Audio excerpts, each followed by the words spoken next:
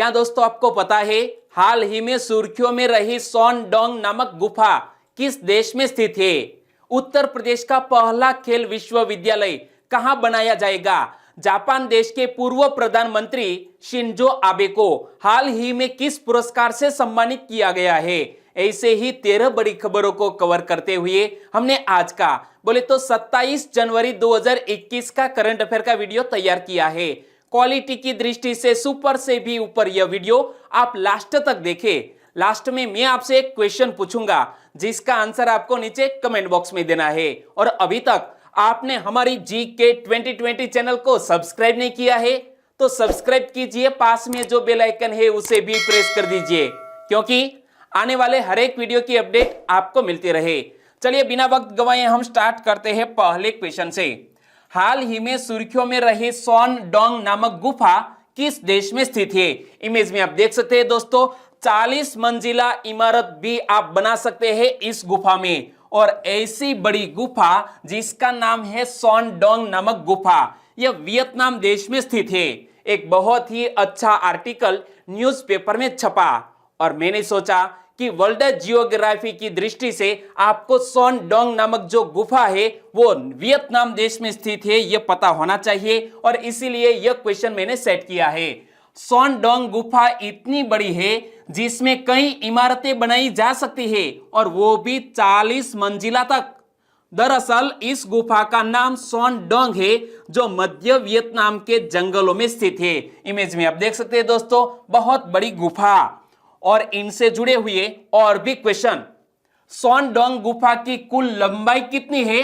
9 kilometre और इसमें लगभग 150 अलग अलग गुफाएं हैं एक मेन गेट की तरह और आगे चलते हुए दोस्तों 150 गुफाएं हैं। और सॉनडोंग गुफा की खोज कब और किसने की थी? साल 1991 में हो खानह नामक एक स्थानीय शख्स ने, किसने? हो खानह नामक एक स्थानीय शख्स ने 1991 में की थी। और साल 2010 में वैज्ञानिकों ने एक 200 मीटर ऊंची दीवार, जिसे वियतनाम की दीवार भी कहते हैं, को पार कर गुफा के अंदर जाने के रास्ते का पता लगाया था। वैज्ञानिकों की एक टीम ने 2010 में अंदर जाने का एक रास्ता खोज निकाला। और लाखों साल पुरानी सॉनडोंग गुफा को पहली बार पर्यटकों के लिए कब खोला गया था? साल 2013 में। और गुफा के अंदर जाने के लिए प्रति व्यक्ति टिकट कितने रुपये का आता है? लगभग 2 लाख रुपये का यह टिकट आता है अंदर आप जाना चाहते हैं तो। और गुफा के अंदर जाने वाले पर्यटकों को पहले 6 माह की ट्रेनिंग दी जाती है। और प्रतिवर्ष दोस्तों यहाँ सिर्फ 250 या 300 पर्यटक ही यहाँ दोस्तों इसकी विजिट लेने के लिए जाते हैं। और यहाँ मैं आपको बताऊं तो अगस्त माह में दोस्तों यहाँ बारिश कम होने की वजह से यह गुफा है वो खुली रहती है। आगे बात करें तो वियतनाम की बात करते हैं ना। वियतनाम की कैपिटल का नाम है हनोई। यहाँ इमेज में आप देखिए दोस्तों, यह मैप में कि यह है दोस्तों वियतनाम। और वियतनाम के अगल बगल में चाइना, लाओस, थाईलैंड, कंबोडिया जैसे देश स्थित है। और वियतनाम की कैपिटल का नाम है हनोई। और वियतनाम के वर्तमान राष्ट्रपति कौन है? गुयेन फू त्रोंग। और वियतनाम के प्रधानमंत्री है गुयेन तन जुंग। और वियतनाम की करेंसी क्या है? वियतनामी दोंग। और वियतनाम का प्रमुख धर्म है बौद्ध धर्म। और जनसंख्या का 85% हिस्सा बौद्ध धर्म से संलग्न है। और इसी तरह दोस्तों हर क्वेश्चन से जुड़े इंपॉर्टेंट फैक्ट मैं आपके सामने रखता हूं। हमारा यह तरीका आपको अच्छा लगता है? लाइक करना मत भूलिएगा। दूसरा क्वेश्चन आपकी स्क्रीन पर, हाल ही में किस देश के प्रधानमंत्री और उसकी सरकार ने इस्तीफा दिया? हाल ही में मंगोलिया देश के प्रधानमंत्री और उनकी सरकार ने इस्तीफा दे दिया। यानी कि इस क्वेश्चन का सही आंसर है मंगोलिया। और मंगोलिया के प्रधानमंत्री को इमेज में आप देख सकते हैं जिन्होंने हाल ही में इस्तीफा दिया। नाम क्या है? खुरलसुख उखना। क्या? खुरलसुख उखना, जो यह मंगोलिया के प्रधानमंत्री थे, उन्होंने इस्तीफा दे दिया। मंगोलिया के प्रधानमंत्री खुरलसुख उखना ने कोविड-19 महामारी से निपटने के लिए सरकार के प्रबंधन पर विरोध प्रदर्शन और सार्वजनिक नाराजगी के बाद अपनी पूरी सरकार के साथ इस्तीफा दे दिया है। और दोस्तों जब बात करते हैं मंगोलिया देश की, तो मंगोलिया से जुड़ा हुआ यह क्वेश्चन कुछ दिन पहले ही मैंने आपको बताया था। हाल ही में भारत ने किस देश के साथ हाइड्रोकार्बन तथा इस्पात क्षेत्रों में द्विपक्षीय सहयोग की समीक्षा की? मंगोलिया देश के साथ।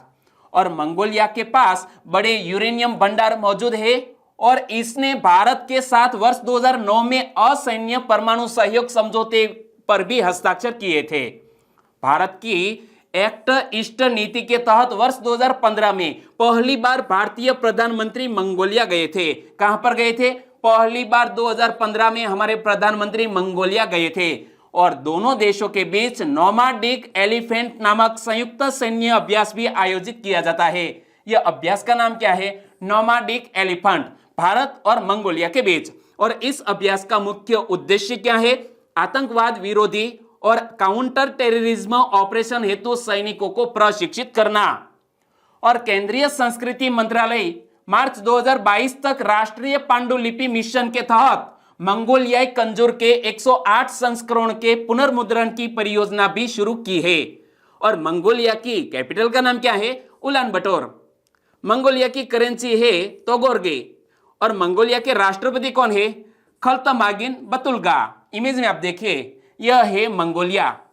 और मंगोलिया के आसपास रूस, कजाकिस्तान और चाइना, 3 देशों से घिरा हुआ है यह मंगोलिया। तीसरा क्वेश्चन, बॉर्डर सिक्योरिटी फोर्स ने किस राज्य की सीमा पर ऑपरेशन सर्द हवा शुरू किया? बीएसएफ के नौजवानों ने हाल ही में राजस्थान की सीमा पर ऑपरेशन सर्द हवा शुरू किया है। यानी कि इस क्वेश्चन का सही आंसर है राजस्थान। सीमा सुरक्षा बल यानी कि बॉर्डर सिक्योरिटी फोर्स ने राजस्थान की पश्चिमी अंतरराष्ट्रीय सीमा पर ऑपरेशन सर्द हवा शुरू किया है। ऑपरेशन सर्द हवा का उद्देश्य क्या है? क्षेत्र में घने कोहरे के कारण घुसपैठ की घटनाओं की जांच करना और जैसलमेर में सीमावर्ती क्षेत्रों में सुरक्षा बढ़ाना, यह सर्द हवा नामक ऑपरेशन का उद्देश्य है। और भारतीय गणतंत्र दिवस को ध्यान में रखते हुए सप्ताह भर चलने वाला अभियान 21 जनवरी 2021 से 27 जनवरी 2021 तक के लिए शुरू किया गया है। यानी कि आज ही यह सर्द हवा नामक ऑपरेशन संपन्न होगा। और जब यह आयोजन किया है बीएसएफ के नौजवानों ने, तो हमारे बॉर्डर सिक्योरिटी फोर्स के वर्तमान महानिदेशक कौन है? राकेश अस्थाना। और बीएसएफ का हेडक्वार्टर नई दिल्ली में स्थित है। और जब यह सर्द हवा ऑपरेशन आयोजित किया गया है राजस्थान में, तो राजस्थान के वर्तमान मुख्यमंत्री कौन है? अशोक गहलोत। राजस्थान के राज्यपाल कौन है? कलराज मिश्र। और राजस्थान की कैपिटल का नाम है जयपुर और जयपुर में ही है पत्रिका गेट। क्लियर। और आज हम राजस्थान के राज्य प्रतीक की भी साथ साथ बात कर ले। तो राजस्थान का राज्य पुष्प क्या है? रोहिड़ा। राजस्थान का राज्य वृक्ष क्या है? खेजड़ी। राजस्थान का राज्य पक्षी क्या है? गोडावण। यहां इमेज में देख सकते हैं। और राजस्थान का राज्य नृत्य है घूमर और राजस्थान का राज्य पशु है चिंकारा तथा ऊंट। ओके, आगे बात करते हैं। तो राजस्थान के बारे में कुछ नए फैक्ट की भी चर्चा कर ले। आज मैं आपके सामने 2 नए फैक्टर रखने का प्रयास करता हूं। एक, भारत की एकमात्र खारी नदी लूनी राजस्थान में थार रेगिस्तान से होकर बहती है और गुजरात के कच्छ के रण में समाप्त होती है। तो हमारे भारत देश की एकमात्र खारी नदी जिसका नाम है लूनी, और राजस्थान में यह आगे बढ़ते हुए दोस्तों कच्छ के रण में यह समाप्त हो जाती है। और राजस्थान सीमेंट का दूसरा सबसे बड़ा स्रोत भी है। आगे बात करते हैं चौथे क्वेश्चन की। हाल ही में श्री नारायण गुरु की कविताओं का अंग्रेजी अनुवाद नॉट मेनी बट वन किसने लॉन्च किया है? श्री नारायण गुरु की कविताओं का अंग्रेजी अनुवाद नॉट मेनी बट वन, और इसको लॉन्च किया है हमारे उपराष्ट्रपति एम वेंकैया नायडू जी ने। यानी कि इस क्वेश्चन का सही आंसर है एम वेंकैया नायडू। हाल ही में भारत के उपराष्ट्रपति एम वेंकैया नायडू ने श्री नारायण गुरु की कविताओं का अंग्रेजी अनुवाद not many but one launch किया।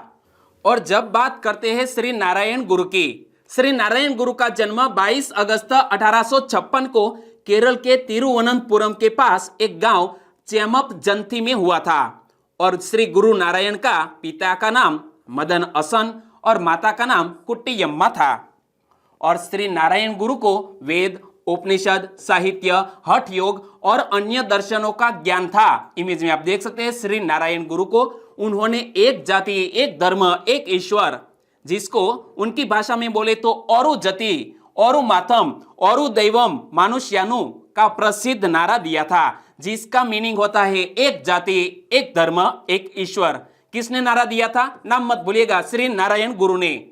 और श्री नारायण गुरु की मृत्यु 20 सितंबर 1928 को हो गई थी। और केरल में यह दिन श्री नारायण गुरु समाधि के रूप में मनाया जाता है। कहां पर? केरल राज्य में। पांचवा क्वेश्चन, जापान के पूर्व प्रधानमंत्री शिंजो आबे को निम्न में से किस पुरस्कार से नवाजा गया? जापान के पूर्व प्रधानमंत्री शिंजो आबे को हाल ही में पद्म विभूषण पुरस्कार से नवाजा गया। यानी कि इस क्वेश्चन का सही आंसर है पद्म विभूषण। साल 2021 में 7 लोगों को पद्म विभूषण, 10 लोगों को पद्म भूषण और 102 को पद्मश्री सम्मान से नवाजा गया है।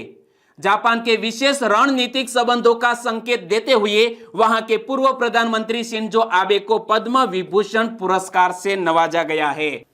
जापान के पूर्व प्रधानमंत्री शिंजो आबे के अलावा पद्म विभूषण पुरस्कार किसको दिया गया है? गायक SP बालासुब्रमण्यम को मरणोपरांत यह पद्म विभूषण से नवाजा गया। सैन्य कलाकार सुदर्शन साहू, पुरातत्वविद बीबी लाल को पद्म विभूषण दिया गया है। इसके अलावा मौलाना वहीदुद्दीन खान यहां पहले नंबर पर, डॉक्टर बेले मोनप्पा हेगड़े दूसरे नंबर पर और नरेंद्र सिंह कापने, उनको भी पद्म विभूषण दिया गया है। तो दोस्तों यहां से आने वाले एग्जामिनेशन में क्वेश्चन निकलेगा, आपको याद रखना है। छठा क्वेश्चन, उत्तर प्रदेश में पहली स्पोर्ट्स यूनिवर्सिटी कहां बनेगी? उत्तर प्रदेश में पहली स्पोर्ट्स यूनिवर्सिटी बनने जा रही है मेरठ में। यानी कि इस क्वेश्चन का सही आंसर है मेरठ। उत्तर प्रदेश सरकार ने मेरठ में the Uttar Pradesh state sports university की स्थापना के लिए हरी झंडी दे दी है।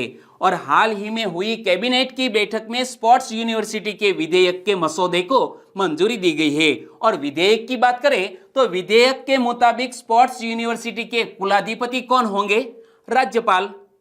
कुलपति स्पोर्ट्स यूनिवर्सिटी का दूसरा सर्वोच्च पद होगा। और कुलपति खिलाड़ी के साथ शिक्षाविद भी होना चाहिए। उम्र 62 साल निर्धारित की जाएगी कुलपति की। और कार्यकाल कितने वर्ष का होगा? 3 वर्ष का होगा। और स्पोर्ट्स यूनिवर्सिटी की बात करें तो महिला एवं पुरुषों के लिए स्पोर्ट्स यूनिवर्सिटी पूरी तरह आवासीय होगी।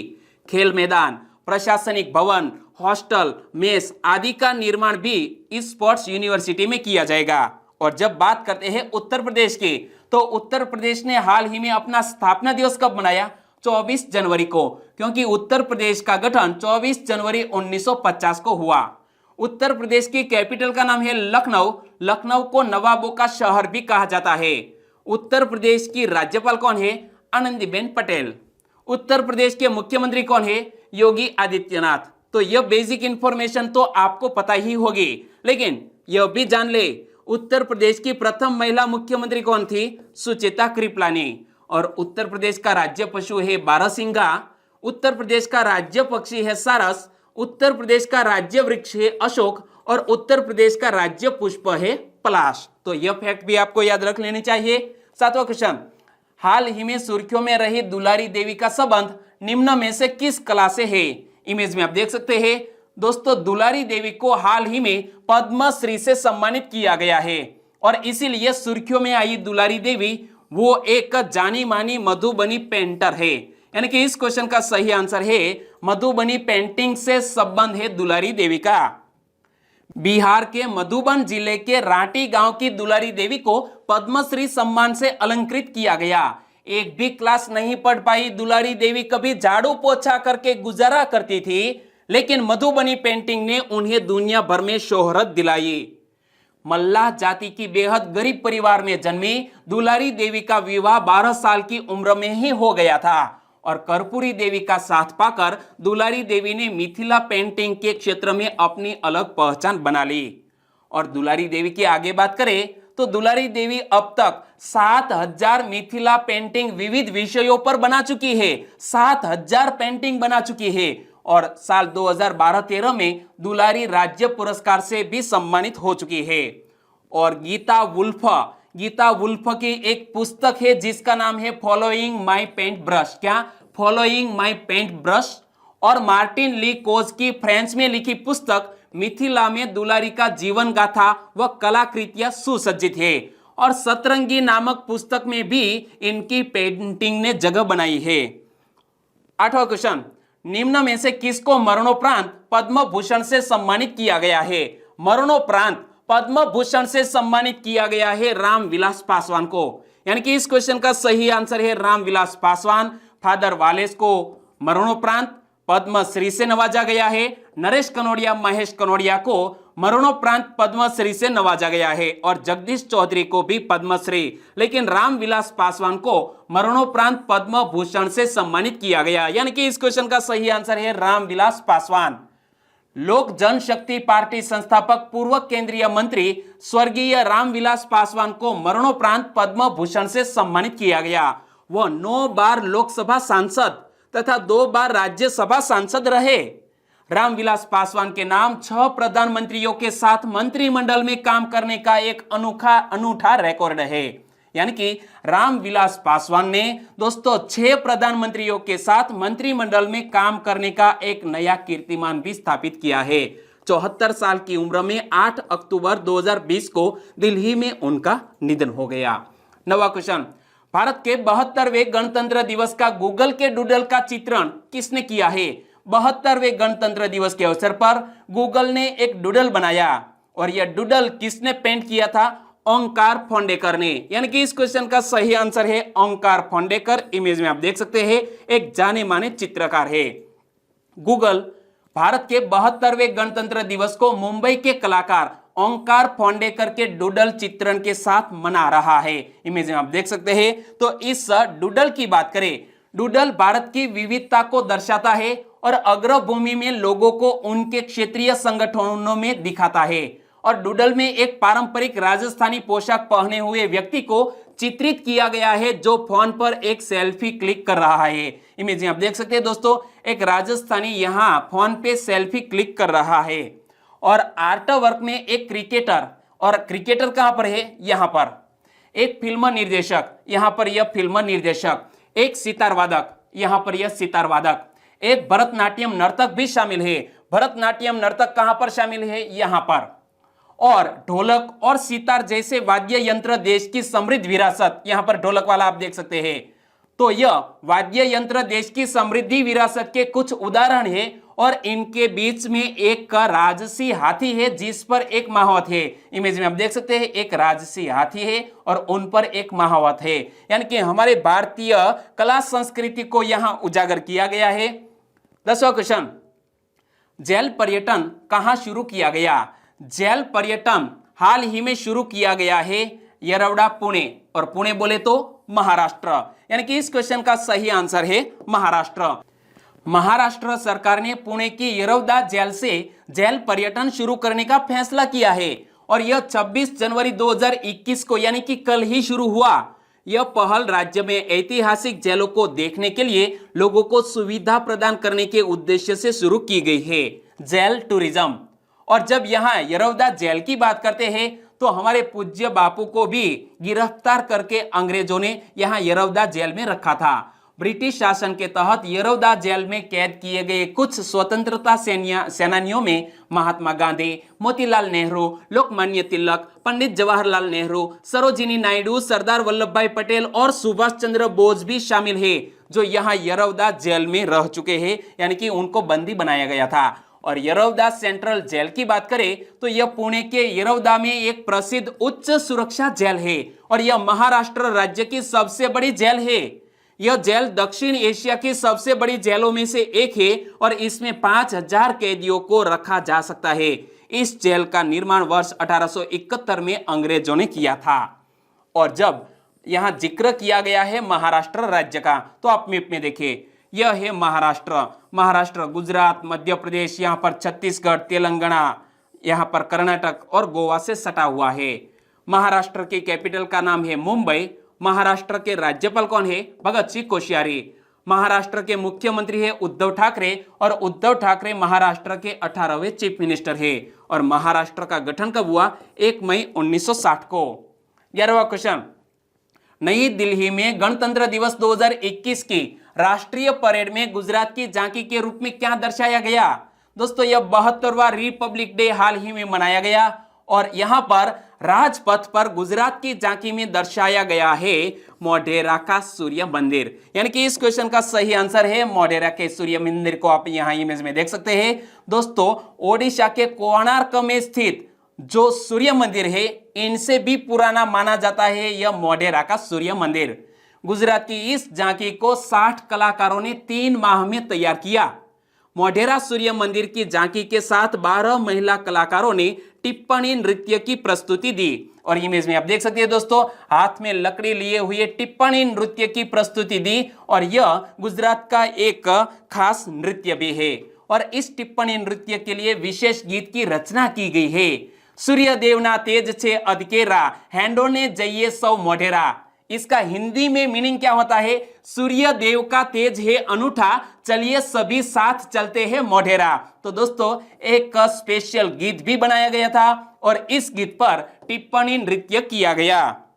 और उत्तर गुजरात के मेहसाणा शहर के निकट स्थित मोढेरा गांव में पुष्पावती नदी के किनारे पर यह मोढेरा सूर्य मंदिर किस नदी के तट पर है? पुष्पावती नदी के किनारे पर सोलंकी राजवंश के राजा भीमदेव प्रथम ने आज से करीब 1000 वर्ष पूर्व यानी कि 1026-27 ईस्वी सन में इस सूर्य मंदिर का निर्माण करवाया था और माना जाता है कि इस मंदिर का निर्माण ओडिशा के कोणार्क सूर्य मंदिर से भी पहले किया गया था। और मारू गुर्जर स्थापत्य शैली यानी कि इस मंदिर की स्थापत्य शैली कौन सी है? मारू गुर्जर स्थापत्य शैली में निर्मित इस मंदिर के 3 मुख्य भाग है। एक है यहाँ पर गर्भगृह, दूसरा है यह सभा मंडप और तीसरा है सूर्यकुंड जो यहां आप इमेज में देख सकते हैं। यानी कि 3 भागों में बटा हुआ है यह सन टेम्पल। कहां पर स्थित है? मोढेरा में। 12वां क्वेश्चन, निम्न में से किस देश की 122 सदस्यीय सशस्त्र बल की टुकड़ी ने राजपथ पर होने वाले परेड में हिस्सा लिया? दोस्तों 26 जनवरी गणतंत्र दिवस के अवसर पर 122 सदस्यीय सशस्त्र बल की टुकड़ी किस देश की थी मालूम है? बांग्लादेश की। बांग्लादेश की इस टीम ने हिस्सा लिया यानी कि इस क्वेश्चन का सही आंसर है बांग्लादेश। और जब यह झांकी निकली तो लद्दाख पहली बार इस झांकी में शामिल हुआ था और लद्दाख की झांकी में इस मठ को दर्शाया गया है और इसके बारे में कल मैंने आपको डिटेल में बताया था।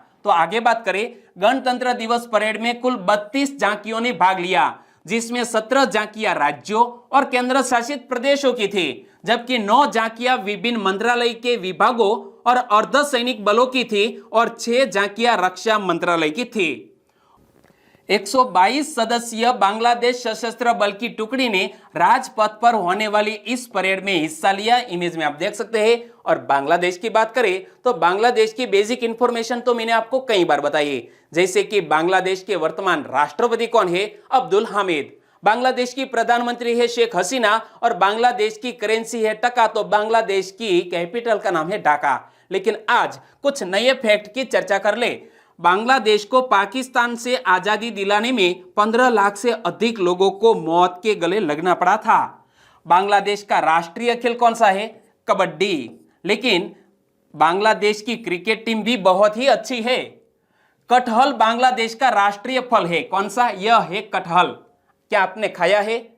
मैंने तो पहली बार देखा है यह कटहल को। और बाघ बांग्लादेश का राष्ट्रीय पशु है और लिली बांग्लादेश का राष्ट्रीय फूल है यानी कि पुष्प है।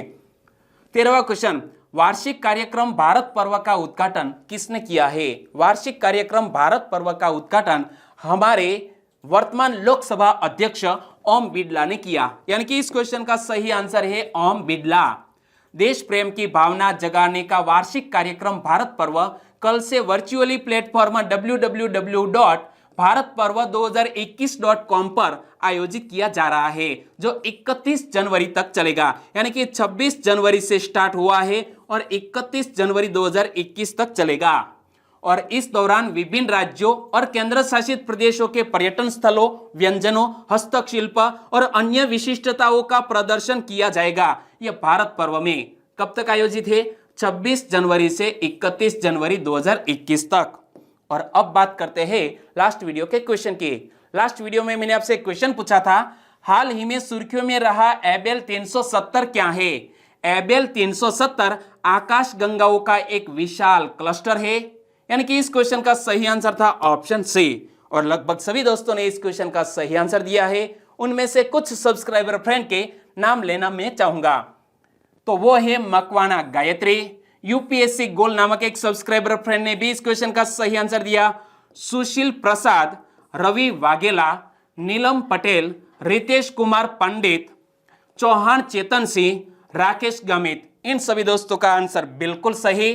रितेश चेहला, काल सिंह मावी, अशोक कोपनिया, परमार महेश, धर्मेश पटेल, घनश्याम महिड़ा, प्रवीण पारगी, रूपेश सिंह, धनराज कुमार, बबलू शर्मा, इनका भी आंसर बिल्कुल सही है।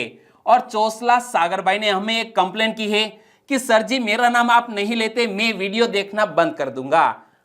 सागर भाई ऐसा मत कीजिएगा, क्योंकि हम कुछ ही सब्सक्राइबर फ्रेंड के नाम ले सकते हैं और ऑफलाइन तरीके से हम सभी को रिप्ले करते हैं। तकरीबन 100 से ज्यादा कमेंट आती है, तो सभी का नाम लेना तो यहाँ दोस्तों ऐसा तो नहीं होगा कि सभी का नाम लिया जाए, इसलिए दोस्तों रैंडमली यहाँ हम नाम लेते हैं। ऐसे ही एक सब्सक्राइबर फ्रेंड है खिमजी भाई शेख, पूनम अगरिया, भावना तड़वी, राजपूत सोहित कुमार और वाला संजय, सभी दोस्तों का बहुत बहुत धन्यवाद। और आज की वीडियो का क्वेश्चन ए रहा स्क्रीन पर। गणतंत्र दिवस परेड में राजपथ पर पहली बार लद्दाख की झांकी में क्या दर्शाया गया? क्लियर? कल का वीडियो आपने ध्यान से देखा है? Well done. सही ऑप्शन चुनिए और आंसर दीजिए नीचे कमेंट बॉक्स में। और वीडियो वाकई में दोस्तों अच्छा लगता है, विथ इमेज आपको समझने में अच्छा लगता है, तो वीडियो को लाइक कीजिए और आपके दोस्तों को फेसबुक, व्हाट्सएप या टेलीग्राम के जरिए इस वीडियो की लिंक शेयर करना मत भूलिएगा। बस छोटी सी उम्मीद के साथ वीडियो खत्म करते हैं, फिर मिलेंगे नए करंट अफेयर वीडियो के साथ। तब तक के लिए टेक केयर एंड जय हिंद।